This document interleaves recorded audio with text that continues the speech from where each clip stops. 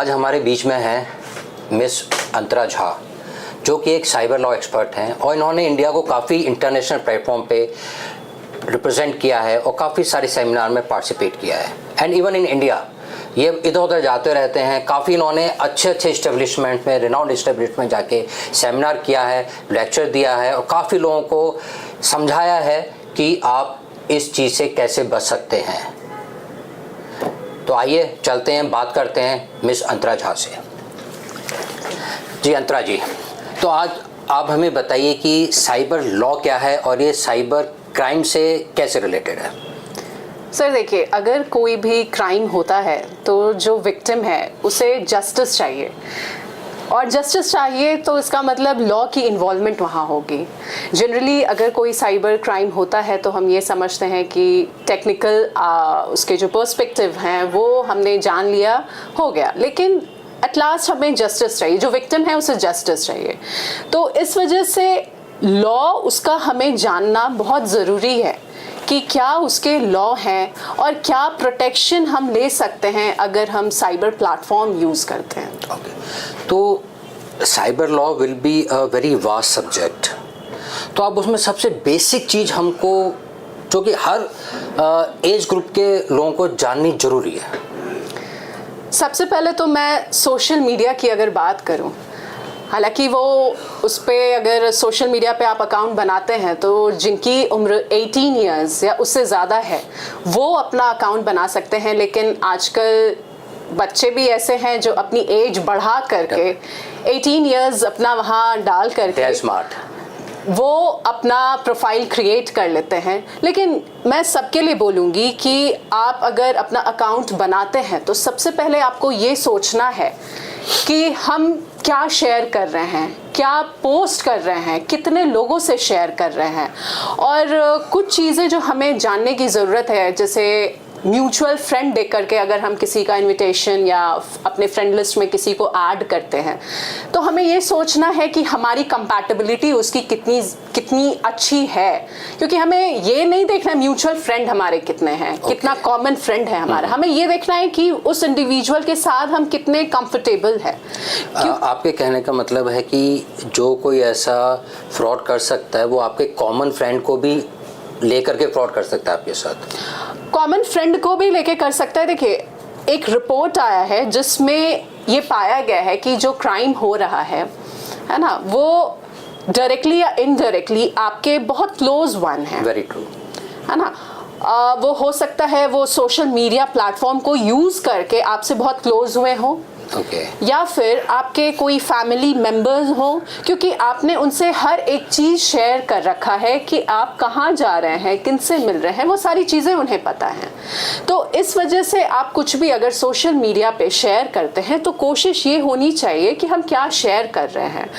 ठीक है, अब आप ये भी कह सकते हैं कि हमें अपने व्यूअर्स बढ़ाने हैं, तो आपके पास ऑप्शन है रेस्ट्रिक्ट करने का, आप रेस्ट्रिक्ट कर दीजिए। आप जो ऐसे लोग हैं तो आप उनसे क्या है कि वो सारी चीज़ें उनसे शेयर नहीं कर सकते हैं। आप रेस्ट्रिक्ट अगर कर देंगे तो जो लोग जिन्हें आपने रेस्ट्रिक्ट नहीं किया है सिर्फ वही लोग आपकी सारी चीज़ें। It is not open for everyone. तो आपके सपोज आप कहीं जा रहे हैं, आपके कहने का मतलब है कि मेरे अकाउंट है, मैं कहीं जा रहा हूँ बाहर घूमने के लिए 10 डेज़ और 15 डेज़, उसमें मैं कहाँ जा रहा हूँ, कहाँ पर हूँ, उसको मैं केवल अपने फैमिली वालों पे या जिन पर मैं 100% विश्वास है उनके ऊपर ही उनको ही मालूम पड़े बस, तो वो मैं रेस्ट्रिक्ट कर सकता हूँ। दैट्स अ वेरी इंपॉर्टेंट बात जो इन्होंने बताई है, क्योंकि हम सोचते हैं कि सब हमारे अच्छे दोस्त हैं, क्या कर लेंगे, पर जैसे कि अभी मैडम ने बताया कि कोई भी ज़्यादातर ये आपके जानने वाले ही होते हैं जो कि आपको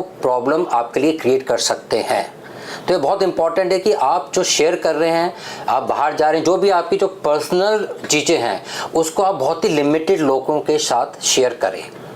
तो थोड़ा सा मेहनत का काम है, लेकिन आप इससे बहुत बड़ी मुसीबत से बचा जा सकता है। Very true. और कुछ आप साइबर क्राइम से रिलेटेड कुछ बता सकते हैं जो कि बच्चों को और कुछ अवॉइड करना चाहिए या हर लेवल पे, लाइक हम पहले शुरू करते हैं चलो बड़े एज से, तो it is applicable for all ages, but still like जो आजकल सुनने में आ रहा है हमको साइबर अरेस्ट, तो उसके बारे में कुछ प्रकाश डालिए। जी बिल्कुल।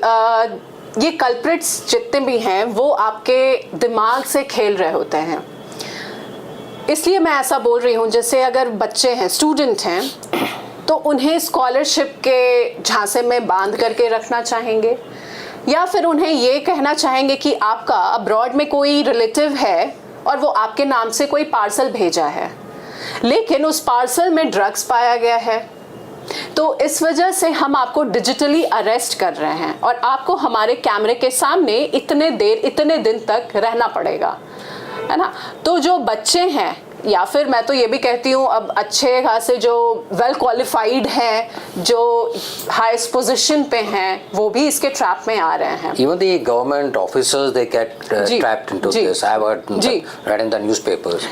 Even like I've heard, आप लोगों को बताना चाहूँगा कि मतलब रिटायर्ड जो कि defence forces, police forces, can be anybody, engineers, doctors, पढ़े लिखे, वो भी इन चीज़ों में फंस जाते हैं। जी हाँ जी। तो इस वजह से हमें जब ये फील हो, सबसे पहले तो इसमें प्रिकॉशन क्या हम ले सकते हैं। ये कॉल जनरली आपको व्हाट्सएप कॉल आएंगे, नॉर्मल कॉल नहीं रहेगा। और व्हाट्सएप कॉल पे जब वीडियो कॉल आ रहा है अननोन नंबर से, तो आपको इन्हें एंटरटेन ही नहीं करना है। आप उन्हें अगर कॉल आया भी तो मैं ये सजेस्ट करती हूँ कि आप उन्हें ये कहें कि आप नॉर्मल कॉल करें, मैं आपको वीडियो कॉल पे एंटरटेन नहीं कर सकती। और उसके बाद फिर जा कर के क्या है कि आप उनको जैसे जैसे अवॉइड करेंगे, वो आपके दिमाग से खेल रहे होंगे, लेकिन अगर आप अवॉइड करना शुरू कर देते हैं तो ऑटोमेटिकली फिर आप उनको एंटरटेन ही नहीं करेंगे और बहुत हद तक आप ऐसे डिजिटल अरेस्ट चीज़ों से बच सकते हैं। ओके।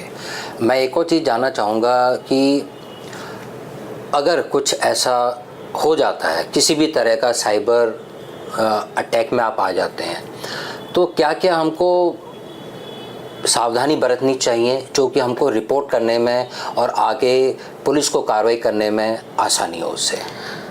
सबसे पहले तो आपके पास 1930 जो पैन इंडिया नंबर है, ये टोल फ्री नंबर है। उसके बाद दूसरा आपके पास ऑप्शन है www.cybercrime.gov.in का।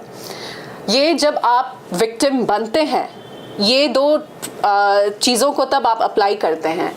तीसरा है चक्षु पोर्टल, जो कि संचार साथी का है, डिपार्टमेंट ऑफ टेलीकम्युनिकेशन का। दोबारा से बोलेंगे?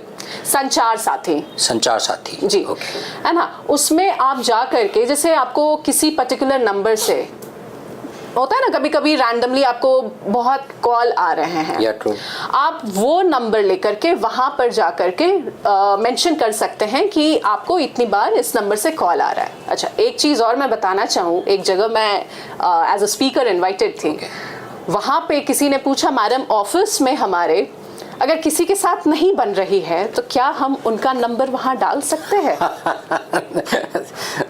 तो मैंने बोला ये इस तरीके से काम नहीं करता है। वहाँ पे आपको नंबर आपने मेंशन किया और उस पर्टिकुलर नंबर को लेकर के जितने लोगों ने कंप्लेन किया होगा कि मुझे इस पर्टिकुलर नंबर से इतनी बार कॉल आया है, वो एक डेटा तैयार होता है और फिर जा कर के उस नंबर को ब्लॉक किया जाता है या उसके अगेंस्ट एक्शन लिया जाता है।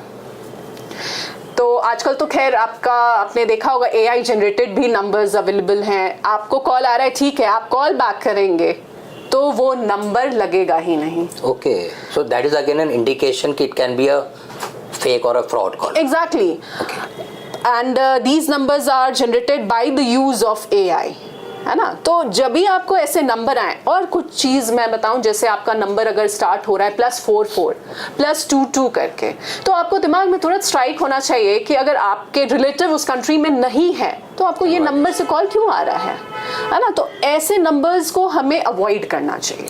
जैसे अभी आपने मेंशन किया AI, सो और कौन कौन से साइबर फ्रॉड या साइबर अटैक हो सकते हैं जो कि AI के हेल्प के द्वारा होते हैं? अभी वॉइस क्लोनिंग, अभी आपने ऐसे केस देखे होंगे जैसे आपकी ही वॉइस की क्लोनिंग हो रही है। इसीलिए ये भी कहा जा रहा है कि रैंडमली अगर किसी नंबर से आपको कॉल आता भी है तो प्लीज़ एंटरटेन ना करें, क्योंकि हो सकता है कि वो आपकी वॉइस की क्लोनिंग कर रहा हो और आपके नोन को आपकी ही वॉइस में कॉल करके ये कहा जा सकता है कि आपका ये रिलेटिव एक्सीडेंट हो गया या फिर आपके इस रिलेटिव ने वो किसी केस में इन्वॉल्व है, अगर छुड़ाना है तो आप इतने पैसे दे दो। तो आपकी वॉइस की क्लोनिंग हो सकती है AI के through. That is very dangerous. Exactly. In fact एक चीज और इसमें ऐड करना चाहूँ, जैसे मॉर्फिंग जैसे केसेस भी अभी हो रहे हैं, है ना, जैसे बॉडी किसी और का, चेहरा किसी और, images of like even the video with the generation of AI, videos they look as good as it is yours. Deep fake videos अभी आपने देखा होगा, अभी कितने सारे सेलिब्रिटीज अभी इसके विक्टिम बने हैं। तो ये चांसेस है कि AI का इन्वॉल्वमेंट इसमें होगा। अब इसमें है कि जैसे डिफरेंशिएट आप कैसे कर सकते हैं ओरिजिनल है या फेक है। I think with a very close observation and little bit of common sense one can make out कि यार कुछ तो गड़बड़ है। जी, very true. तो ये छोटी छोटी चीज हैं जिसमें हम ये ऑब्जर्व कर सकते हैं कि AI जनरेटेड है। दूसरी चीज, अभी हम सभी बड़ी फ्रिक्वेंटली चैट GPT यूज करते हैं, वो भी एक AI टूल ही है, ठीक है, वो हमारी बहुत हेल्प करता है चैट GPT, लेकिन मैं ये भी सजेस्ट करूंगी कि उस पर 100% रिलाई नहीं कर सकते हैं, है ना। ठीक है, हमारा बहुत सारा काम आसान कर देता है, लेकिन ये भी हमें समझने की ज़रूरत है कि जो इन्फॉर्मेशन वो दे रहा है क्या वो सही है, सफिशिएंट है। और एक चीज़ मैं एक केस मतलब शेयर करना चाहूँगी कि I was invited somewhere on the topic ethics of AI. उसमें मैंने ये देखा, एक स्पीकर, उनका भी ये टॉपिक था, उन्होंने खुद के बारे में चीज़ों को पूछा चैट GPT से। चैट GPT ने सारी इंफॉर्मेशन सही बताई, लेकिन चैट GPT ने ये कहा कि इन्हें गुजरे हुए इतना समय हो गया है, जबकि वो खुद के बारे में पूछ रहे थे, है ना। और 2-3 बार उन्होंने पूछा, लेकिन 2-3 बार उनके गुजरने की डेट अलग अलग बता रहा था, लेकिन ये कह रहा था कि गुजर चुके हैं। हाँ, तो ये एक क्या है कि ये जो चैट GPT आपको इन्फॉर्मेशन दे रहा है, वो कहीं ना कहीं सोशल मीडिया या कोई ऐसा प्लेटफॉर्म होगा जो कहीं मेंशन किया होगा। So it is gathering from there and producing to us. Yes. So we need to verify that whatever information chat GPT is giving us is fully correct or not. We can't rely on it blindly. और suppose जैसे कोई victim हो जाता है cyber crime का, cyber fraud का, तो like WhatsApp chats होते हैं या whatever the photographs, videos, anything. So जो विक्टिम है क्या उसको सेव करके रखनी चाहिए to produce as a evidence to the police to work further on that? बिल्कुल, क्योंकि अगर फर्दर इन्वेस्टिगेशन जो होना है वो तो उसी बेसिस पे होगा। अगर आप कोई आधार ही नहीं रखेंगे, किस बेसिस पर आगे इन्वेस्टिगेशन होगी? आपको दिखाना पड़ेगा कि आपके पास ऐसा चैट आया था, या फिर आपके पास ऐसे मेल आए थे, या ऐसे वीडियोस आए थे। कुछ तो एविडेंस रखना पड़ेगा जिसके बेसिस पे आगे इन्वेस्टिगेशन प्रोसीड होगी। एंड एक चीज़ और, जैसे कई बार क्या होते हैं ख़ास तौर से बच्चे लोग, ठीक है ना, वो अनइंटेंशनली, अननोइंगली, मस्ती में कई बार वो ऐसा कुछ कर बैठते हैं विच can be very serious in terms of a cyber crime and legal action can be taken against them. तो ऐसा कुछ आप बताना चाहेंगे कि वो इस चीज़ों से बचें, वो स्टेप्स क्या क्या लेने चाहिए, क्या उनको like you can say basic dos and don'ts? जी, देखिए, सबसे पहले तो बच्चे जो 18 ईयर्स से, एटलीस्ट मैं बोलूँगी कि जो कम है, हालांकि 18 ईयर्स भी सफिशिएंट नहीं है कि बच्चों को बहुत समझदारी आ जाती है, लेकिन फिर भी मैं ये कहना चाहूँगी कि आपके पास ऑप्शन होता है, पेरेंट्स के पास, पैरेंटल कंट्रोल का, है ना। बच्चे क्या देख रहे हैं वो पैरेंटल कंट्रोल में जा करके पेरेंट्स रिस्ट्रिक्ट कर सकते हैं। दूसरी चीज़ क्या है, आपके पास ऑप्शन होता है कि जैसे आपको ये जानना है कि आपके बच्चे कितनी देर फोन पे या सिस्टम पे अपना टाइम स्पेंड किए हैं, डिजिटल वेलबीइंग का ऑप्शन होता है, जिसमें वो सारी चीज़ें बता देता है कि सिस्टम पे आपने आपके सिस्टम को यूज़ करके आपके बच्चे ने कितना टाइम उस पर स्पेंड किया है। और तीसरी चीज़ ये है कि पेरेंट्स को मैं ये सजेस्ट करूँगी कि बच्चे क्या देख रहे हैं आपकी फ़ोन को यूज़ करके, वो पेरेंट्स का भी थोड़ा सा ड्यूटी है कि हाँ, जरूरी है, पूछना है कि तुमने क्या देखा। क्योंकि क्या है कि हम सभी OTT प्लेटफॉर्म्स जो यूज़ करते हैं, आपने ऑब्जर्व किया होगा कितनी वल्गैरिटी है ना। तो जो वाकई में एक मैच्योर्ड एज में आ गए हैं तो उन्हें तो समझदारी है कि भाई जो दिख रहा है वो रियलिटी नहीं है, लेकिन जो छोटे बच्चे हैं, आपने ऑब्जर्व किया होगा कि बच्चे इतने छोटे छोटे इतनी भद्दी गालियां बोलते हैं, कहाँ से सीख रहे हैं? पेरेंट्स बोलते भाई हमारे घर पे तो हमने कभी नहीं बोला, तो कहाँ से सीख रहे हैं? Here is the environment, and nowadays the environment is in your hands. Yeah. That is the basically your Exactly. mobile. True. In fact मैं बच्चों के लिए ये भी कहूँ कि यूएन ने एक रिपोर्ट निकाला है कि 5 इयर्स से जो कम बच्चे हैं, जिनकी उम्र 5 साल से कम है, कितनी देर उनको टाइम स्पेंड करना चाहिए। क्योंकि आपने देखा होगा अभी मेडिकल इश्यूज भी काफ़ी ज़्यादा बच्चों में आ रही हैं, क्योंकि अब देखिए ना, बच्चे रो रहे हैं, पेरेंट्स क्या करते हैं, फ़ोन लो, चुप हो जाओ बस। Easy way out. हाँ, तुम बस चुप हो, तुम्हें मैंने फ़ोन दे दिया, बस चुप हो जाओ। लेकिन उन्हें ये भी थोड़ा जानना पड़ेगा कि उनके क्या साइड इफ़ेक्ट्स बच्चों पे, उनके हेल्थ पे आ रहे हैं। आपके आँखों में कई इश्यूज आ रहे हैं, उनको जो कहते हैं ना सहन शक्ति, जो वो बफरिंग जो हो रहा है, हम आप जब इतने परेशान हो जाते हैं नेट चल क्यों नहीं रहा है, तो वो तो छोटे बच्चे हैं, उनका तो पेशेंस का टेस्ट अभी से हो रहा है। They're getting impatient from the very beginning. और उसके बाद फिर एक लेवल के बाद तो इंटरनेट और वो साइबर प्लेटफॉर्म तो यूज करना ही है, तो उस टाइम फिर वो और अपना पेशेंस लूज कर लेते हैं। And they become irritating. Exactly. And all kind of negative aspects gets into that. True. Very true.